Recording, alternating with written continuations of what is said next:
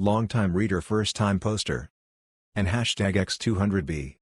A few years ago at my sister's wedding there was a great picture taken of my grandmother and I. My grandmother asked me to make a print of the picture for her but did not specify the size. I decided to order it as a 4 feet by 3 feet poster. When I gave the poster to her she was taken aback but ultimately decided to hang it on her wall. A year or so later at my cousin's bat mitzvah another great picture of my grandmother and I was taken and again she asked me to make a print of it for her. However, this time she requested not as big as last time. So I ordered it one size smaller. Again she put it up, on her wall. Now a few months back another sister of mine got married and again a great picture was taken of my grandmother and I, and again she asked me to make a print for her. This time she requested it be much smaller. However, she did not specify the material it had to be printed on, so I bought her a mug with the picture on it. And hashtag X200B. My cousins are annoyed I am taking up all of grandma's wall space. TLDR, grandmother asked me for a print of a picture of us and did not specify the size so I made it ridiculously big. Edit, noticed a small typo. My restaurant has switched over to carry out only due to current events, which hasn't been too horrible for the most part. That is until we started seeing a new, weekly customer. Now, it isn't the worst thing we've had to deal with but after a while it starts to grate on your nerves. A normal interaction with him goes as such. Me, hi, how are you? C, ignores everything. Me, are you picking up? C, nods his head once. Me, what's the name for the order? C, sighs the most long-suffering sigh you ever did hear name. Me, alright, your total is, amount. And that's usually it. But ever since I had the nerve to remind this customer that they have to wear a mask indoors due to the governor's orders, he's become increasingly snippy and combative. 1. He came in and tried to pay with 100 bills for a 12 order. When I informed him we don't accept 50 or 100 bills, and even pointed to the prominent sign which said so, he got this stupid smirk on his face. C, well, I only have 100. Me, I'm sorry, unless you have a card you have to pay with smaller bills. The gas station down the street might be able to cash it for you. C, I only have 100 and I don't think I brought my card. Me, sir, this is a small store, we simply don't have the change. He finally put the stack of bills away and magically had a card. I was stupid to think that'd be the end of it though. 2. He came in and put down 2 rolls of coins. 10 in the form of quarters and 5 in the form of dimes. Once again he had this smirk on his face like he won a game he created. Little did he know that I'm super petty. I will play someone's game and I will win it. So, I unwrap the coins and start counting them out in front of him. After I'm through with the quarters, I go to pick up the dimes and he interrupts me. See, it's wrapped for 5, you can just put it in and give me the change. Me, I'm sorry, I have to make sure it's all there. We have had trouble with this before. See, oh. So, I count out the rest of the change that I needed from the dimes and, instead of giving the dollar bills he probably wanted, I scooped the rest of the dimes up and gave them back. Granted, it was super petty and I shouldn't have done it, but I'm tired of customers coming in like they're God's gift to earth just because of the current state of the world. Edit, thank you to everyone who's responded. I'm trying to reply to everyone, I'm really thankful to be able to vent out my frustration. Summary dash. Police in Waterloo, Iowa arrested Clark Perry Baldwin, 58, at his home in Waterloo, Iowa, on May 7, 2020, on murder charges filed in Wyoming and Tennessee in the deaths of the women, including 2 who were pregnant. Investigators said they were looking into whether Baldwin could be responsible for other unsolved slayings. Police say that they were tipped off to him as a suspect when DNA from 3 victims matched DNA on a genealogy database. Baldwin's biological daughter Jazz had learned he was her father 2 years ago from a DNA test kit. Police followed Clark Baldwin to a local Walmart, where they recovered his DNA from a shopping cart and a trash can. The DNA matched 3 victims. Investigators never identified the Wyoming women and referred to them as Bitter Creek Betty and I-90 Jane Doe. Both were believed to be in their late teens or early 20s, Wyoming Division of Criminal Investigation Commander Matt Waldock said. In Tennessee, Baldwin is charged with 2 counts of murder in the 1991 killing of a 32-year-old pregnant woman from Virginia, Pamela McCall, and her fetus. Waldock said investigators were hopeful to solve other cases with Baldwin's arrest. One case of interest is the 1992 death of Tammy Josie Wicki, 21, An Iowa college student who was last seen after her car broke down on an Illinois highway. A white man who was driving a semi-trailer was seen near her vehicle. Zwickie's body was found in rural Missouri, stabbed to death. Another is the 1992 killing of Rhonda Knutson, 22, a truck stop convenience store clerk in northern Iowa who was bludgeoned to death during an overnight shift. Investigators have released sketches of two men who were in the store, including one trucker. Baldwin lived in nearby Nashua and #X200B. Link to article information was taken from. Link to Bitter Creek Betty, aka Rose Doe. Edit, added link to Rose Doe, Bitter Creek Betty. I am so beyond sick and tired of the whole free room for medical. They're booking rooms for family members, letting all kinds of people come in and out, using the pool party style, pretty much acting like it's a big party for free. Definitely not following any guidelines like they should. I just had a guest come up asking for a room key for a room that was in his sister's name, and what do you know? Said sister isn't here, it's medical, and his name is nowhere to be found, nor does he have an ID. So no, stupid ass, you're not getting a key. Sorry about your luck. Why are people like this? Sorry. Just frustrated venting. Anyone else? I've just passed my 3-year anniversary at my place of work, so I figured I'd share one of the many experiences I've had. I work at a gas station to help my way through university. Our company is very strict on age-restricted sales, items such as tobacco and alcohol. As examples of this, we have to retake our age-restricted training every 6 months to stay refreshed, ID everyone for alcohol purchases, and ID everyone who appears under the age of 40 for tobacco purchases. On one of my shifts in the summer of 2019, two younger-looking people came into the store. They both headed to look at the cigarillos and wraps behind the glass. I was helping other customers at the moment, so I couldn't help them right away. When I was finished, I went over to see what they wanted. One of them pointed out what he wanted. I don't remember what they were. I then moved on to the register to ring them up. I asked for both of their IDs, since they were together. The one who had picked out the items admitted that the other was a minor and wasn't old enough. I apologized to them and said I couldn't make the sale, telling them it was against company policy and federal law. For those of you who don't know, if someone purchases a tobacco product and gives it to someone under the age, we could get into legal trouble. The two left the store. Sometime later, the older one returned and asked to purchase the items. I told him that I couldn't do that, because the two came together earlier. He told me that he dropped off his friend back at his house. I shrugged and told him I had no way of knowing that, and he could still give a cigarillo to his friend. He responded, saying that he had no reason to lie. I apologized and reiterated that it was against company policy. When in doubt, don't make the sale. I almost feel brainwashed by all the training. He became frustrated and looked around the store to look for someone to back him up. That's when he spotted an older guy, with a peppered gray goatee and ponytail. This older guy was a semi-regular. Little did we know, this was perhaps the worst person to look to as backup in this situation. After complaining to him that I refused to sell to him, the older guy just looked at him and said, "I'm a retired police officer. He has every right to not sell to you." He just sighed and left. Several years back, a psychiatrist in a neighboring town died unexpectedly.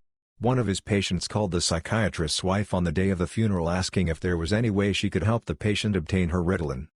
The grieving widow told the patient to tell us that her husband would write the prescription if he were still alive, so we should dispense them to the patient.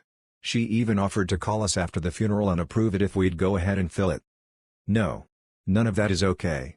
None of that is even in the realm of okay. I was driving home late one night. There were virtually no cars on the road. Eventually, I noticed a cop car had zoomed up close behind me as if to pull me over. Only something was off. I couldn't tell how long it had actually been behind me because there was no siren and none of the lights were on, not the little police laptop, not even the headlights. In any event, realizing a cop was riding my tail, I pulled over. I was an 18 or 19 years old black kid who had just moved from the inner city, so my instinct was to comply, but looking back I definitely should have kept driving. Anyway, sure enough the patrol car pulled over behind me. But whoever was in the patrol car didn't get out, didn't turn on the lights or the siren either. The only illumination was a few of those sickly yellow halogen street lamps a block or so away, and with no passing cars I couldn't see into the patrol car, so all I could see was a hardly discernible silhouette in the driver's seat. I sat there for a while. I don't remember how long, but it had to have been around 5 minutes near total silence. I remember just being puzzled at first. I think I even said what the under my breath a few times, but I just sat there staring into the dark patrol car through my rear view. And then my brain began to turn over. There was a creeping feeling that I was in danger, and it clicked that I was either being pranked or I was about to be subject to something much worse. Finally, I calmly started my engine and pulled away. The patrol car didn't follow. So, a couple of years ago I was doing phone support for a firewall product. It was a pretty nice place to work, and the customers tended to be pretty technical, so their questions actually made me think, which is a nice change from a lot of support roles I've been in. I get a call one day from a gentleman whose case is titled something like "Help Opening Ports for IP Phones," which was a super common sort of call. He asks me to set up a remote session, and we get that set up and I can see he's already in the firewall management interface, so I am looking forward to a pleasant few minutes and then closing out the call. So I ask him, exactly which ports did you need opened up? I need ports 1000 to 65535, DCP and UDP, bidirectional. On your perimeter firewall? Yes. So I think for a second, and I ask him, did your vendor happen to send you a list of the ports you needed open? And he pulls up Outlook and he shows me the email from IP telephony vendor, and it is asking for exactly what he asked for. Every port above 1000, open to the world. This is where I started to panic a little, because while I am not certain how to best explain to him that this is not a good idea, I am certain that it is not a good idea, and yet he is already in the management interface and we are about 6 mouse clicks and a little typing away from making his firewall functionally worthless.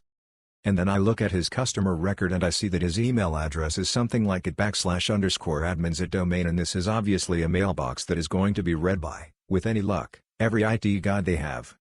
Sir, would you mind if I took a couple of minutes and just put the steps to accomplish this into an email for you? Oh sure, that would be fine. So we end the call, and write up an email thanking him profusely for contacting firewall manufacturer tech support, and summarizing his request, and noting that this request is per the email he received from IP telephony vendor, and then providing the steps to do exactly what he wanted with a little note about how unusual this sort of thing is, and then I send it to the @_admins email address and pray. A few minutes later, I get a terse email from a different guy at Domain thanking me for my support and telling me to close the case. To this day, I'm not certain it got seen by the right eyes. But I am still hopeful. So I had this call about 10 minutes ago. Lady calling about her daughter's device that got lost. They have this protection plan on it. Told her insurance does not cover lost devices unless it was from USA. Lady starts crying how she wished she was in America and issues going on with their lives. So I tried consoling the lady and later she bursts out laughing, "I'm just kidding, we will just get a new one." I was caught off guard with this and just replied, "Oh, you got me worried there for a second." Call ended in a good tone, the story, unknown if true or not, but nevertheless very depressing if I was true. In the middle of my hometown is an area of land that used to be industrial, but due to regeneration funding now looks like a rural English village. Old bricks, slate and thatch roofing, duck pond and village green, very quaint and rustic, but is less than a decade old. These houses are some of the more expensive in the area, and it shows. Early delivery tonight to one house which is a regular. Order comes to about £40, which for our shop is a lot but not unknown. Instructions state contactless, on doorstep and ring bell. I arrive, place the order down, ring the bell and head back to my car. But opens the door, sees me and waves. I give him the thumbs up and get on my car to head back to the shop. About an hour later, he calls the store to say that his food still hasn't been delivered. The counter staff tell him that the driver was out there an hour ago, but he's having none of it. Order is eventually remade and is set out with a different driver, who confirms that it was the same house, distinctive car in the drive. I definitely delivered it, he definitely came to the door and acknowledged me, but he's a regular customer and never done this before. Judging by his car and house, he's not short of money either, so I just have no idea what's going on. I'm just thankful that this place doesn't hold these issues against the driver like the last place did. My roommate has a bad habit of not doing her dishes, including skillets she used for cooking. Her dishes and cooking utensils will sit for weeks or until she is ready to use them again. She also does this with her cast iron, which I would usually clean correctly using salt/oil etc. because I'm tired of it sitting out. But recently she went back to her parents' house for spring break and then again to wait out the virus. When she left town she left her dirty pan on the stove. Again. So I scrubbed it with hot soap and water. Repeatedly. She came back into town, used the pan, left it again. So I used soap again. Her pan is trashed, but it makes me feel better every time it happens. This happened yesterday. Yesterday was Mother's Day. I was getting ready to cook dinner of lasagna for my wife, one of her favorite things that I cook, and there were still some dirty dishes from breakfast that I hadn't been able to get to yet. Being the dutiful husband I am, or at least I try to be, I clean the dishes. I come back to where my wife is taking a break from cleaning our boys' room and tell her I did the dishes. She sighs unhappily. I was going to do the dishes. I had planned pre-washing the dinner dishes using the breakfast dishes. Remember when we talked yesterday about doing dishes is relaxing for me? Oh.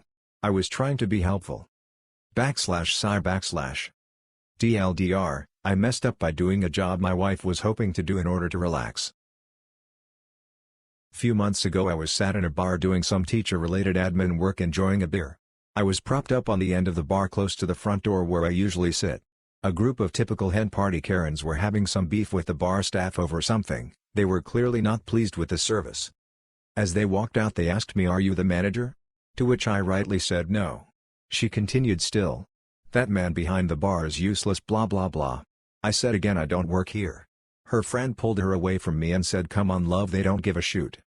They were that desperate to complain to someone they literally completely blanked out the fact I said I didn't work there, twice. This isn't recent but thought I'd share it as it's something that I always remember and have a laugh with the staff in the bar about. So I've recently gained a lot of weight due to stress of college and my resulting binge eating. I'm several sizes larger than I used to be. I was very skinny growing up, and I've noticed since my weight gain that I get sweaty in new places, and then because I sweat there, I get itchy afterwards. I also can't seem to find clothes that aren't uncomfortable because I have fat folds and my clothes get kind of stuck in them now that it's hot out. I'm overall very uncomfortable and hate wearing clothes of any kind. Since I'm new to being overweight, I was wondering if it's normal to feel a lot of discomfort and sweat in weird places and kind of just hate clothes in general when fat. At noon an employee stopped by to pick up a headphone set so she can work from home without using her cell phone. She gave me her name and the name of the person who was supposed to leave it at the front desk for her. Nothing had been dropped off. She was frustrated and had me call everyone she thought could be connected to her headphones. I called about a dozen people, all of them not involved with her stuff or didn't answer their phones. She demands that I call her when her stuff gets in and leaves. Her requests weren't out of the ordinary, but she was really snotty about it. At 2 o'clock an IT delivery guy comes in with the headphones. He looks relaxed, not rushing at all. He has me sign off on the delivery paperwork and I tell him that the recipient of the headphones was upset that he didn't drop them off earlier. He says he's not that late and to look at the expected delivery time, which would have been emailed to the recipient employee. The ETA was 1:30 p.m. She showed up an hour and a half early, he showed up half an hour late. I call the recipient and tell her that I just got her stuff. "You're serious? You just got them? More like you just found them. Whatever. Just make sure you don't lose them again by the time I get in there." Click. "Sure, will do. Just as soon as you learn to check your email and read a clock." So my 34, BF's roommate, 48, has been very clear that I'm not allowed at the house when she's there. I told him I completely understand with the pandemic and everything, but she's returning to work at a spa and he's allowed to golf, go to friends' houses, have friends at the house, basically do whatever he likes as long as I'm not there when she is. Well, BF, 34, asked her about it and she gave a few excuses and blamed the pandemic. She's currently on an extended visit in a county with the most cases in our state, but says I could be infected so I can't be around her? When he pushed her on this and gave examples of her not following social distancing herself, she changed her answer to, "Well, I don't think your GF likes me so I just don't want her here." I've sent her texts and social media messages. We used to watch a show together weekly, always been friendly and nice to her.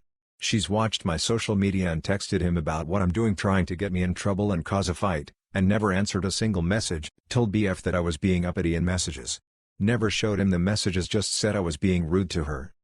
I lost my grandmother on Saturday and an aunt on Friday, and due to the pandemic we are unable to have a funeral, so on Sunday when I was able to I went to BF's house.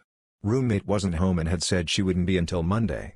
Well, she decided to come home Sunday and texted him I needed to leave by 1030 when she was back. He explained the situation and she pouted and then said she'd be back Monday at 9 and I had to be gone before then. SMH. My first kitchen job was at a pizzeria in NY. I was about 15 to 16 at the time. I loved working there, could eat all the pizza I wanted, and sometimes the chef would prepare my favorite dish for me, penne alla vodka with chicken. The whole team was good. Anyway, one day I'm taking the blocks of mozzarella cheese and putting them into the grinder/slicer. Whatever you call it. I'm about 6 to 7 blocks in and some of it fell on the floor. The owner comes back to the kitchen area, looks at me, looks down at the floor and sees the strands of mozzarella. He has a thick foreign accent. "What are you doing?" he says. "Shredding the mozzarella, sir," I reply. "You are wasting all of this cheese," he exclaims excitedly. He then proceeds to pick the cheese up off of the floor and throw it in with the rest of the clean/fresh cheese I just shredded, and then walks back to the front. I stand there, looking dumbfounded and speechless. At the time I was a young stupid kid, so I didn't say anything because I was too scared. I stopped eating the pizza, and found another job shortly thereafter. Just had a 4-hour shift with no breaks where all I had to do was clean trays. Not mop, clean the bathroom, ect. Just rub a darn rag on trays for 4 hours straight. Since it seems like a simple job and we're not allowing customers inside the restaurant, I figured I might as well sit down and do my job. And #X200B. But no, my supervisor throws a fit because he sees me in a seated position even though he can clearly cleaning trays. And #X200B. And #X200B. Really? I can't do my job in a comfortable position? Speechless face. Throwaway for obvious reasons. My job was running a company's Instagram account, content creation and planning, influencer outreach, responding to DMs and comments, etc. A little over 2 weeks ago, the company decided to replace me with my boss's 15-year-old niece and give her volunteer hours instead of paying me. I didn't even get any notification from my boss that I was getting fired, and only found out about this after seeing my boss tell her niece that she'd be replacing me in a DM sent from the company Instagram. They may have fired me, but I can still access the account. For those who don't know, engagement rate determines everything on Instagram.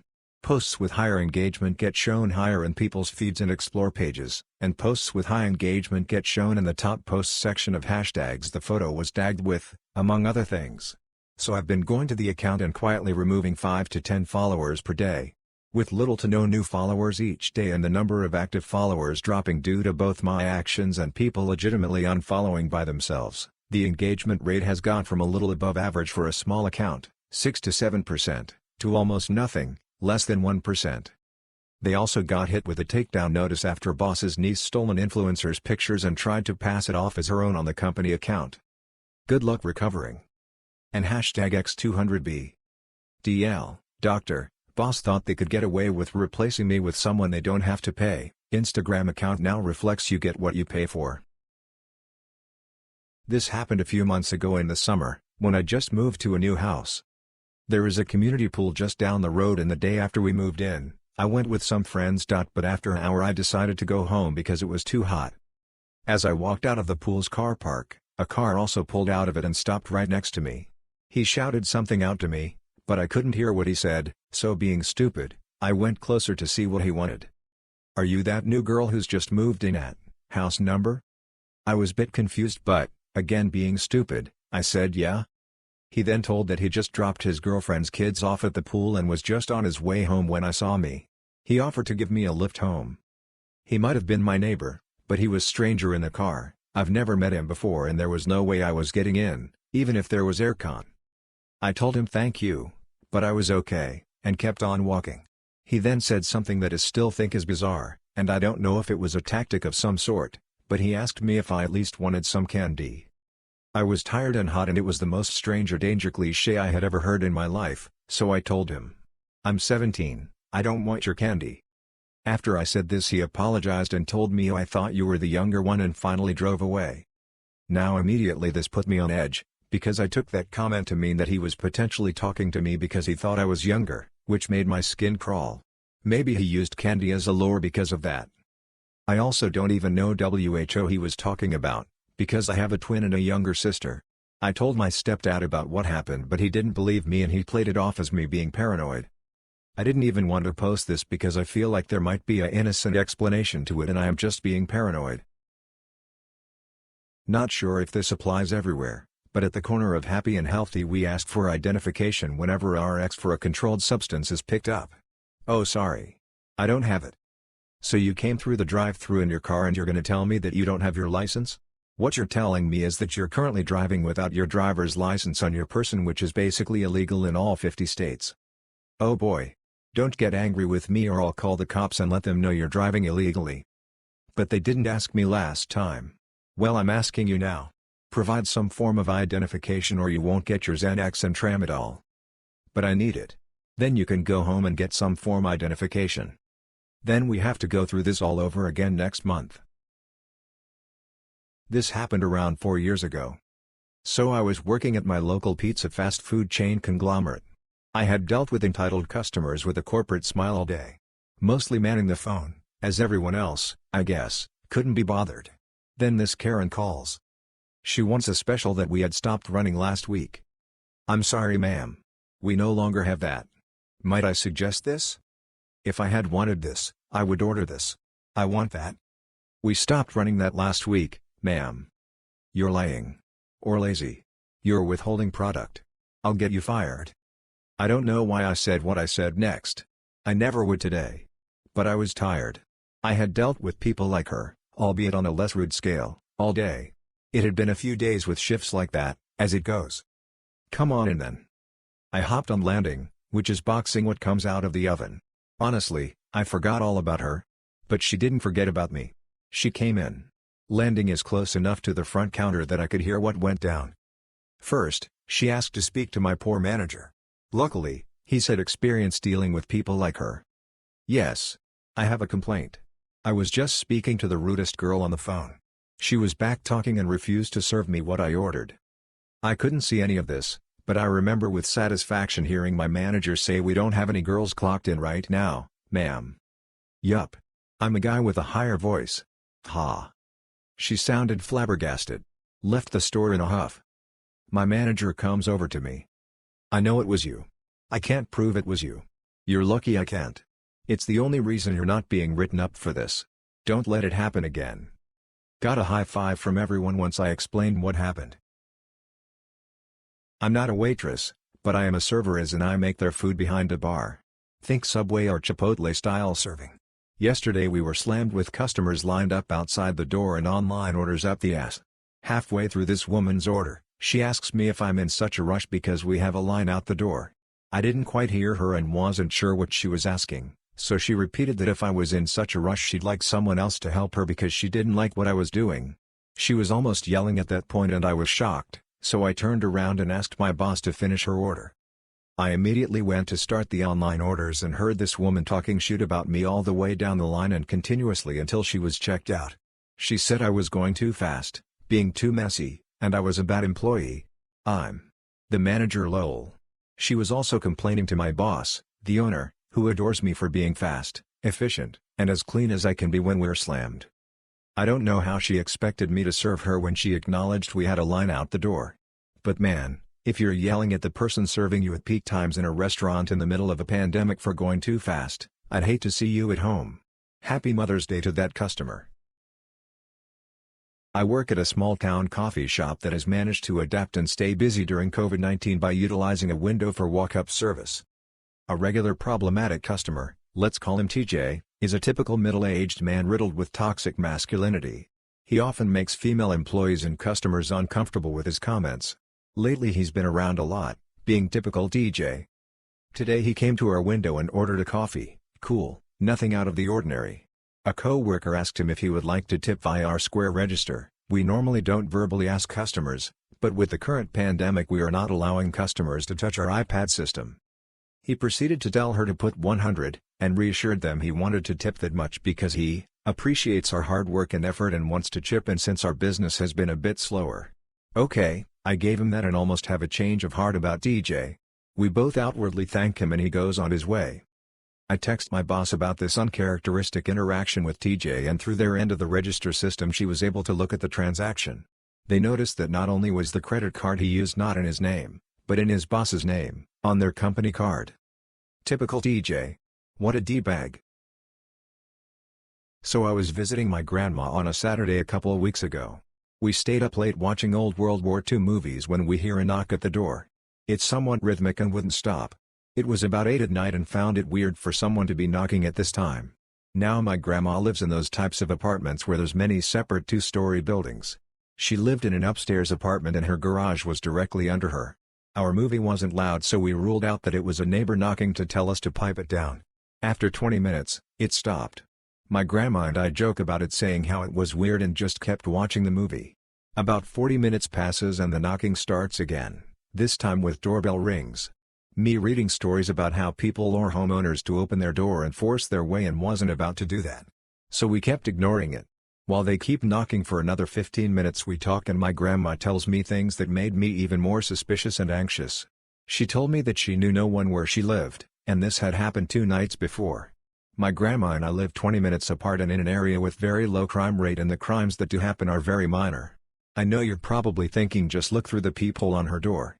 However, you'd be wrong to assume there even was a peephole. I know it's dumb. I go down to the door and say in an elevated and pretty serious tone to essentially flip off where I'm calling the cops. I assume they leave but come back another 40 minutes later and start again. I had 911 on my phone ready to go but decided not to because I didn't want to waste an officer's time if he came over and found no one here. Stupid, I know. Anyway, that's about it. And to the person or people on the other side of my grandma's door at night, let's not meet. We are doing the drive-through only model with reduced hours per COVID. The new hours are posted on our website, Google search, signs on the doors, etc. The first week after the hours changed, we kept taking customers who were lining up outside a little later but informing them of the change. After that, we would put cones out behind the last car in line at closing time. Upper management said we can't do that anymore. Next, we had someone in the parking lot telling cars that got in line after closing they'd have to come back the next day. Upper management said no to that solution as well. I'm now being told to pay attention to last car in line at closing, let the teller team know, and tell them to apologize to anyone who pulled up after, who has potentially been in line already for 20 to 30 minutes by the time they get to the window, that we can't help them. Obviously this results in the teller line and myself ending our day getting berated repeatedly. I'm interested to hear what you guys are doing at your branches in similar situations to stop taking transactions. Note: everyone who ever worked with Shady has a story to tell. One day I was sitting with a guy watching the NASCAR race. He said he heard I was working with Shady. When I said yes, he kind of shook his head sadly. He said they were dealing with the aftermath of Shady working at his place of employment. Seems that Shady had sold a bunch of semi-truck tires and promised the buyer that the tires came with a 100,000-mile warranty and road hazard to boot. If you are curious, no, they do not offer such warranties on semi-truck tires. So this is a story told to me by Leon. I was driving up in major metro area and Shady calls.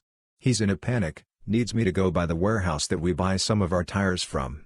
I point out that I have already gone past the warehouse and I would have to turn back around. And traffic is terrible. But Shady is adamant he needs these 2 tires. So I turn around and go pick them up. I take them straight to Glenn's auto shop, a drinking buddy of Shady. I pull up and unload the tires. He asks what I am doing. I tell him Shady told me he needed those tires immediately and I have gone out of my way to get them there fast. Glenn looks puzzled and says I have no idea what Shady is thinking, I just was pricing the tires, the customer did not want them. So I, Leon, load the tires up and go to the place he and Shady works. I'm furious at this point and I put the tires on the loading dock and tell Shady here are the tires you needed so badly. Glenn did not want them. You can send them back. 2 weeks go by. The tires are right where I set them.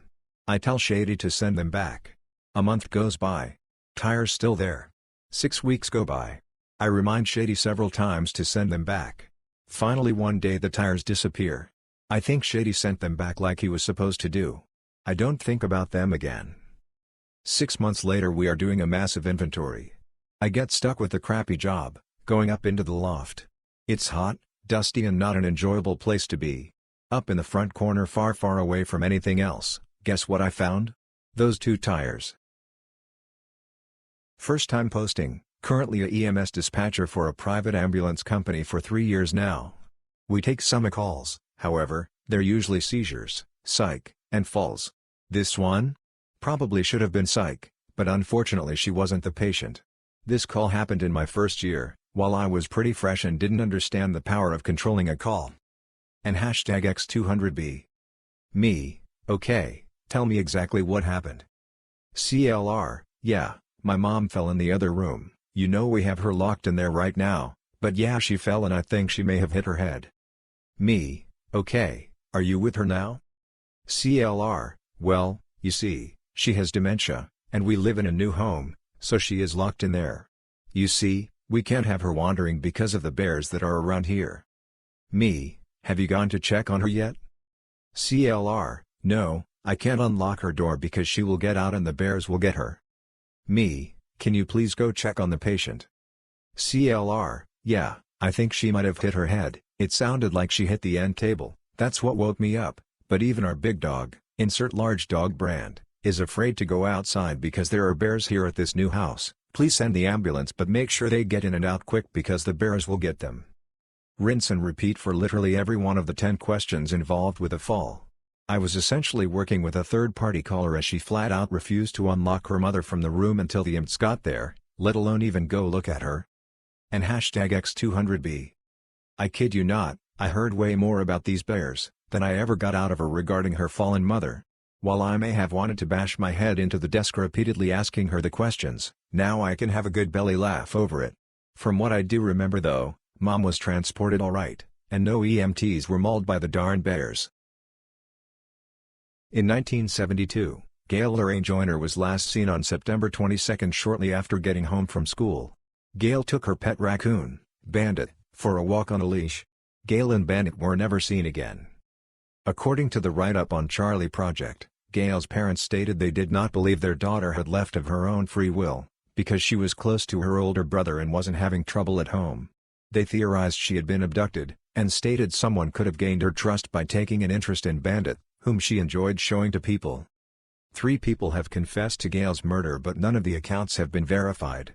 The serial killer Gerald Stano was one of those who claimed to have caused her death. He confessed to the murders of 41 women, including Susan Basile, whose body was never found. He was executed in 1998. In an effort to help solve the case, police brought several raccoon carcasses to the family who believed none were Bandit. Source: I've posted about my roommate before and things are better-ish now. That's only 20% of the time. Today was a bad day and I'm in the midst of moving out, so I resolved to not get irritated with everything.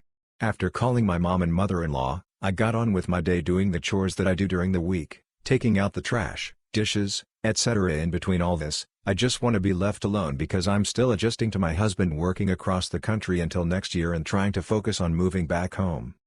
They didn't lift a finger to help. They didn't take out the trash, clean their dishes, etc. All I heard all day is that they were bored while on their phone all day. Then complained. They leave all of their stuff in the living room.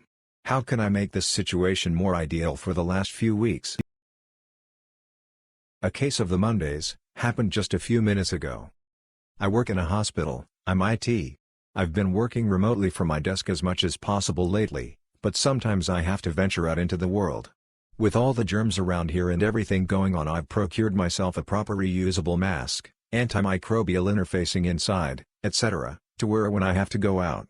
I hang it on a thing by my desk, and I always give it a little spritz of Lysol when I get back to my desk after I take it off to sanitize. It's always dry by the time I use it again, and then I wash it every evening after work. Today I went to go somewhere and I reached for my mask. For some reason, known only to a higher power, I autopilot picked up the Lysol, gave the mask a good douse, way more than I ever normally would, and then promptly stuck it on my face. As is my routine, I take a deep calming breath in through the nose and out through my mouth before standing up to leave, only this time I get a good snoutful of Lysol and immediately the world as I know it disappears and I'm launched into a star-filled void of blackness, burning pain, tears, and snot. Ripped the mask off, took about 10 minutes to wash my face and gather myself, but now my eyes are red and puffy, my nose is runny, and my head is pounding. The only person I've seen since I left my office definitely didn't believe my answer when they questioned me about my eyes and sniffy nose. Only a matter of time, I'm sure, before some manager finds me and gets me sent home. XP feel like I'm in for a long week if this is how it starts. DL, doctor, sprayed my reusable mask with Lysol immediately before sticking it on my face and getting a nose full. Now I look totally sick and am probably going to get sent home very shortly. The COVID-19 outbreak has created severe impacts on global economy and also killed so many people around the world.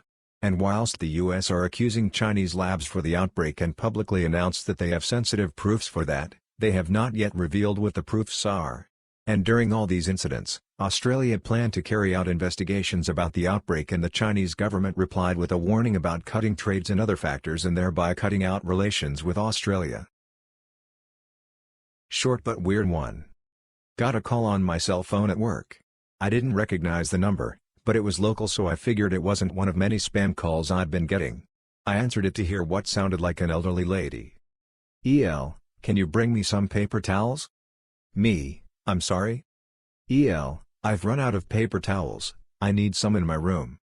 Me, "I'm afraid you have the wrong number." EL, "Well, can't you bring me any?" Me, "Ma'am, I'm sorry, but I don't know who or where you are, you have the wrong number." EL, "Oh, I'm so sorry, sir.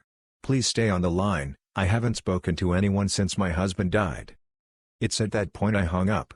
I don't know how this person got my number. It was in the same area code I live in, but the area code for my cell is for a different, fairly distant state, so it's not like someone around here could feasibly dial it at random.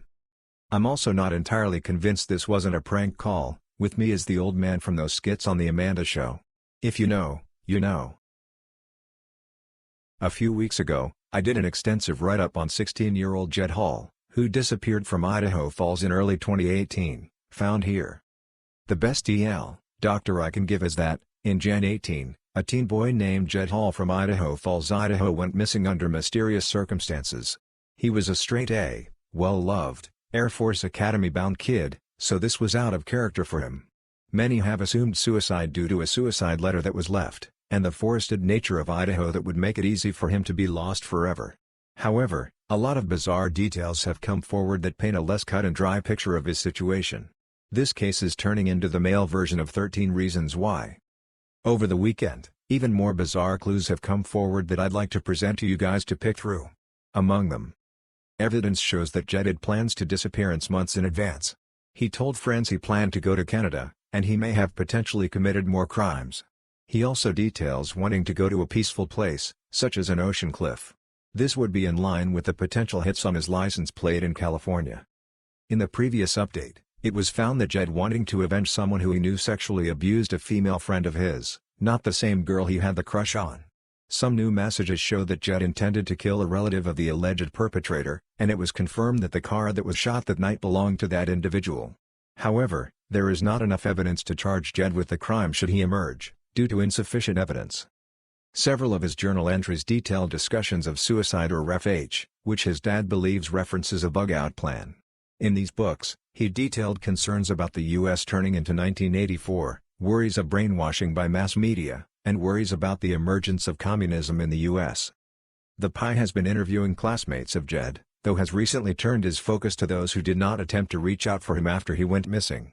While there are no suspects, one of Hall's classmates mocked Terry, saying Hall would never be found, according to the Idaho Falls Post-Register. What do you guys think? To me, this new evidence is pointing toward the likelihood that Jed was a troubled, potentially mentally ill, young man who was able to hide his turmoil with his sterling reputation.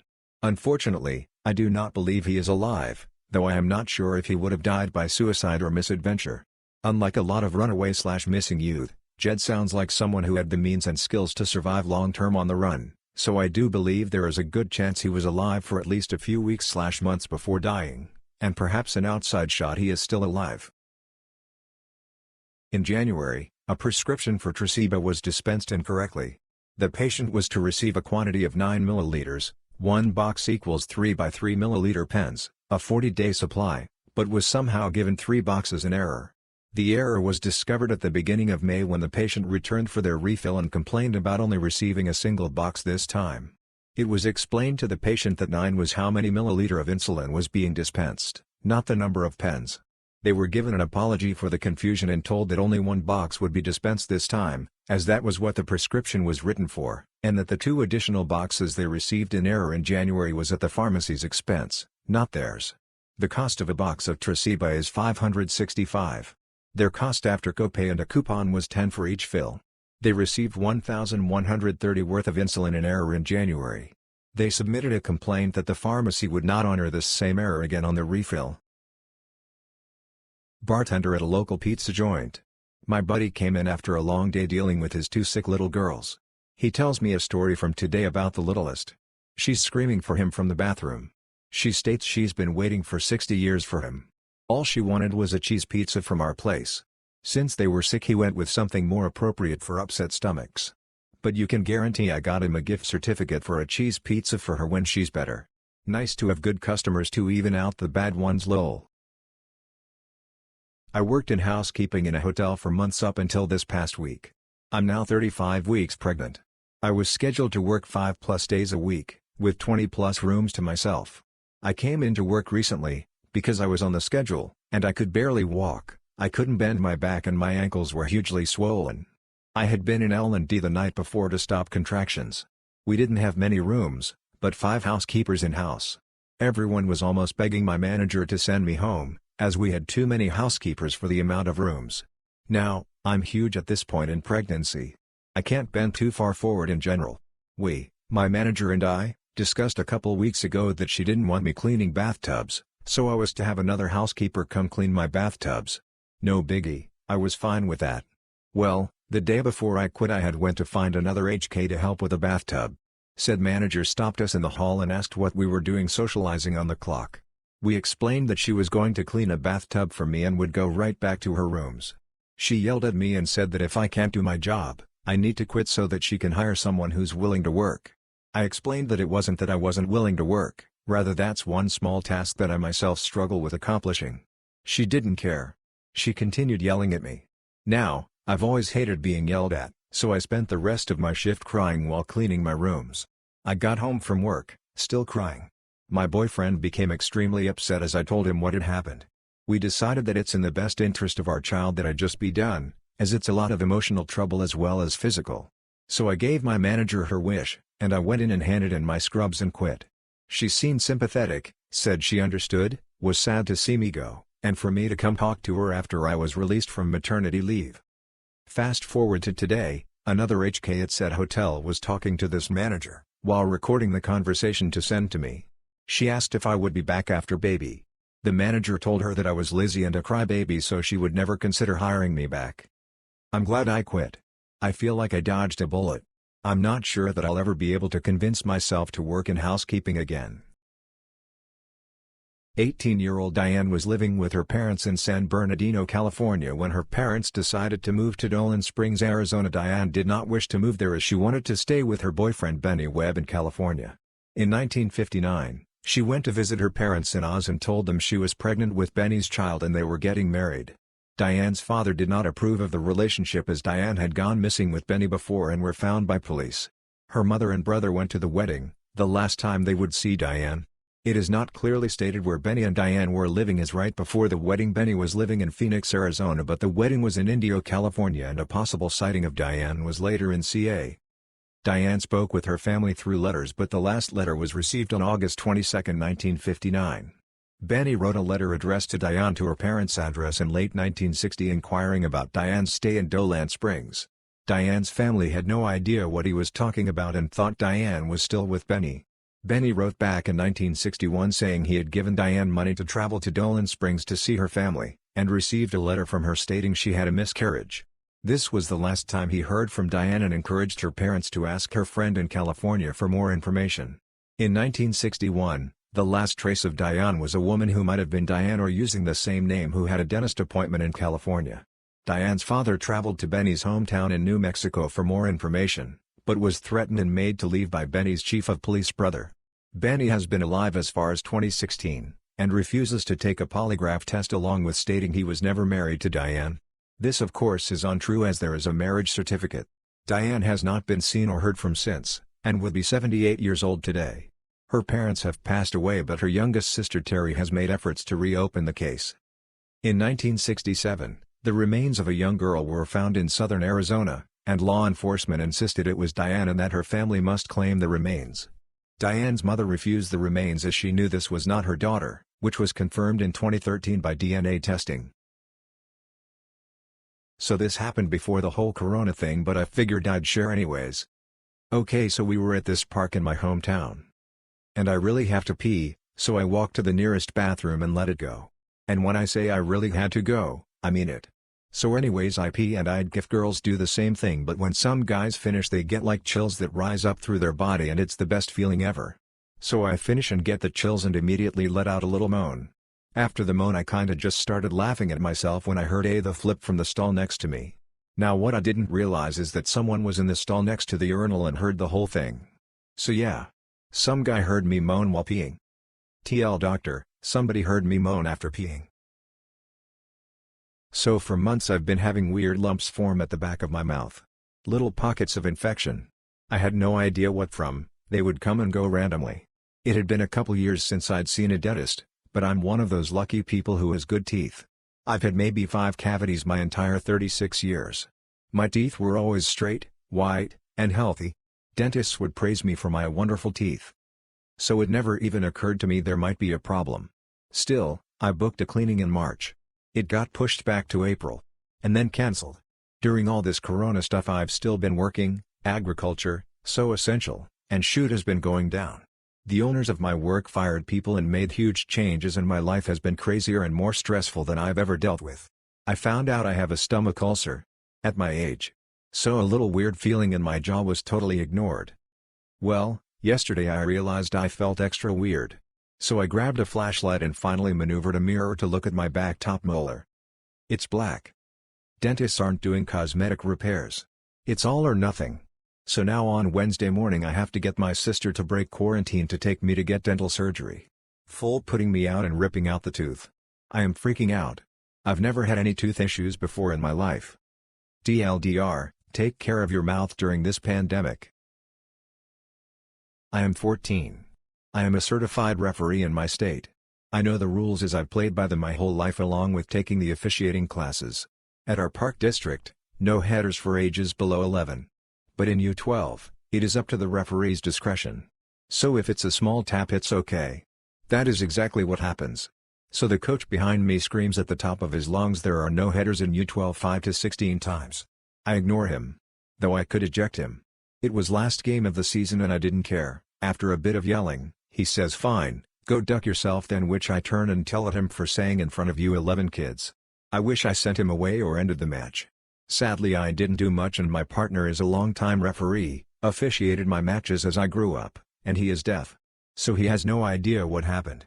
The person who runs Park District in my area has been informed and is taking action. Another Mother's Day story.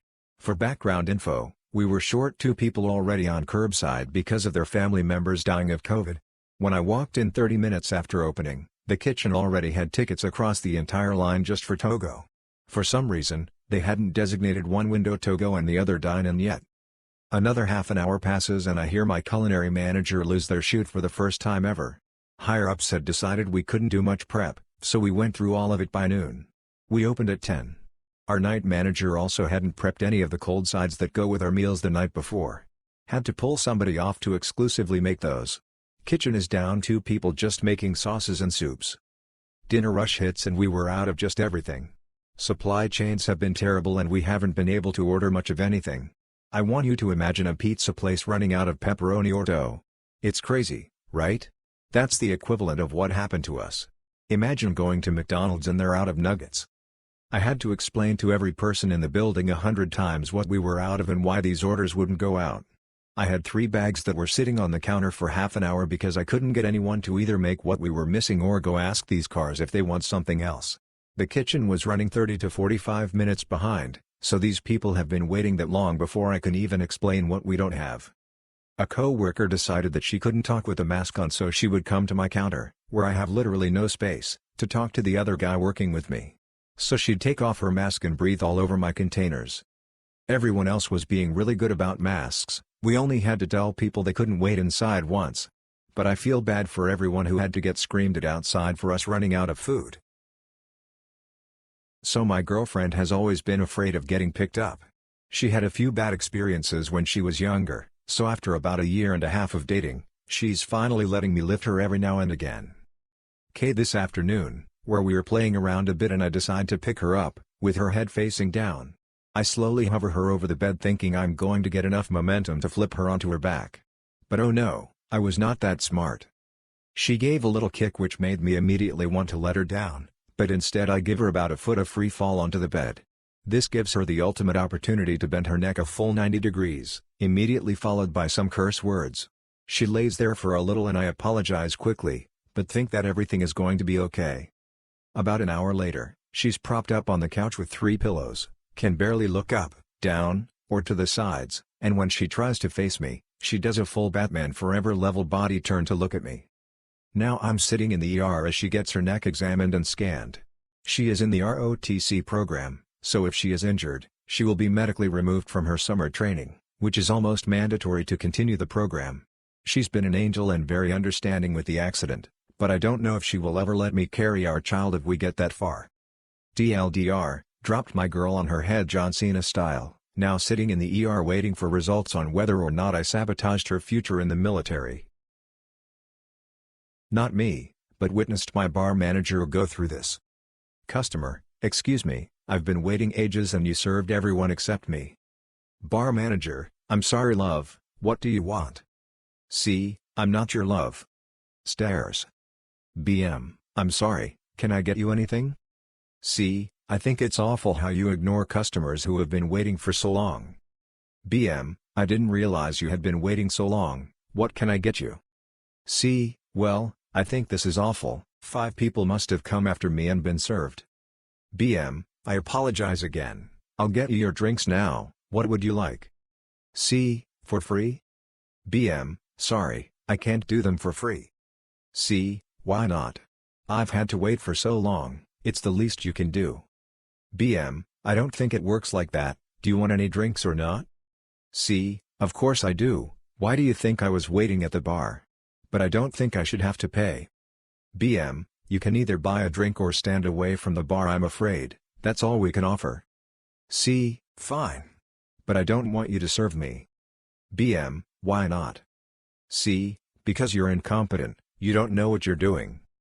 BM, well everyone else here didn't serve you fast enough either, what difference does it make who pours your drinks? C, well I've just said, anyone but you.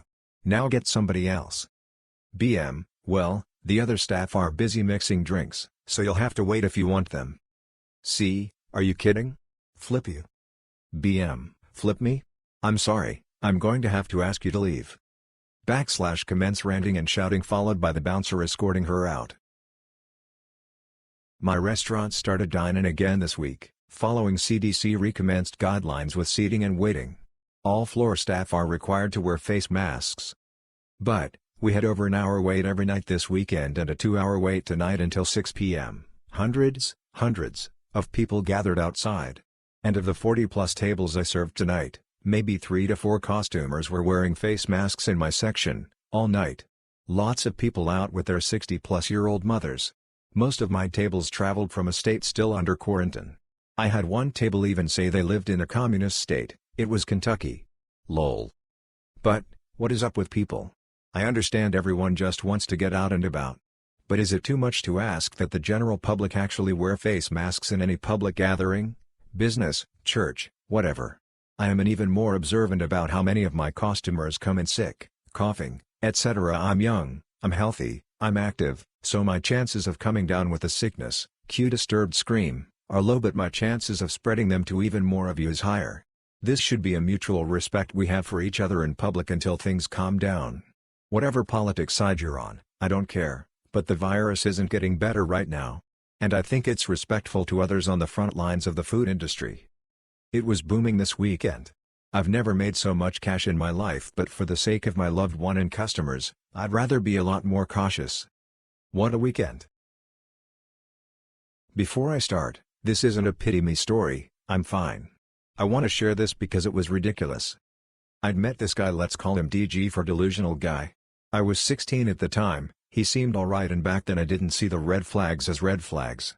So naturally when he started opening up to me about his abusive ex-girlfriends and how he was such a nice guy and they took advantage of it, I gave him the benefit of the doubt.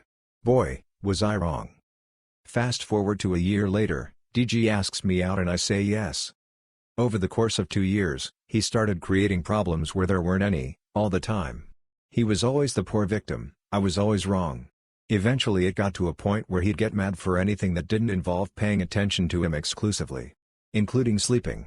Always twisting it to make it look like it was the worst crime ever committed. He'd compare me a lot with his ex, let's call her Girl. Girl had supposedly tried to contact him again, but he didn't want anything to do with her because she was toxic and she cheated on him. Here's an example of him getting mad at me for problems he created himself. Once he sent me a random nude and I didn't want to anger him, so I reacted positively. And it became all about how he was a nice guy and I was treating him like a sex object. Few weeks later he sent me another nude, and since I didn't want to make him feel like a sex object I stayed neutral about it. And of course I was still a monster because I was making him feel unattractive and insecure. There was just no winning with him. I found a job in a fast food restaurant a couple years ago and I broke up with him shortly after since I was seeing normal humans again, and of course I could suddenly see the entire relationship was far from normal. Not only that, but I found out Girl hadn't cheated on DG. He had cheated on her. She dumped him and he tried to get her back throughout our entire relationship. So much for not wanting to do anything with her, and she's trying so hard to contact me. He was also actively cheating on me with another girl. After I dumped him, he begged me to give him a chance, but I said no. So he sent me a million texts whining about how he was such a nice guy again and he still cared even after how I treated him and I was a piece of shit. I just blocked him and refused to see him, so he started sending his friends. He is still in complete denial, and by now I'm probably another evil toxic ex who broke his heart in his feel-bad stories for his next girl.